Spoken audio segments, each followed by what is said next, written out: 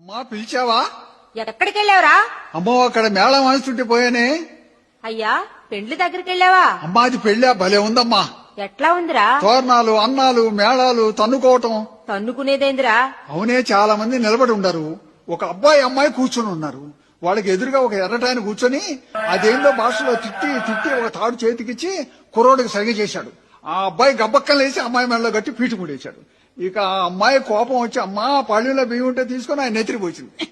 ఆ అబ్బాయి కూడా కోపం వచ్చి నెత్తిని పోశాడు బియ్యం. ఇద్దరు పోసుకొని పళ్ళాలు తీసుకొని తన్నుకుంటుంటే అంతా నవ్వుతారే గాని ఒక్కరైనా తప్పించలేదమ్మా.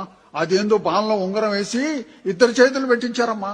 ఆ అబ్బాయికి తెలియకుండా చల్లగా లాగేసిందమ్మా. అమ్మో ఆ అమ్మాయి టైగర్ నాగేశ్వరం మీద పెద్ద చేయి. అమ్మో తన్నుకోవడం కాదురా, తలంబ్రాలు ఉంగరం పెళ్లికి అంతేనయ్యా.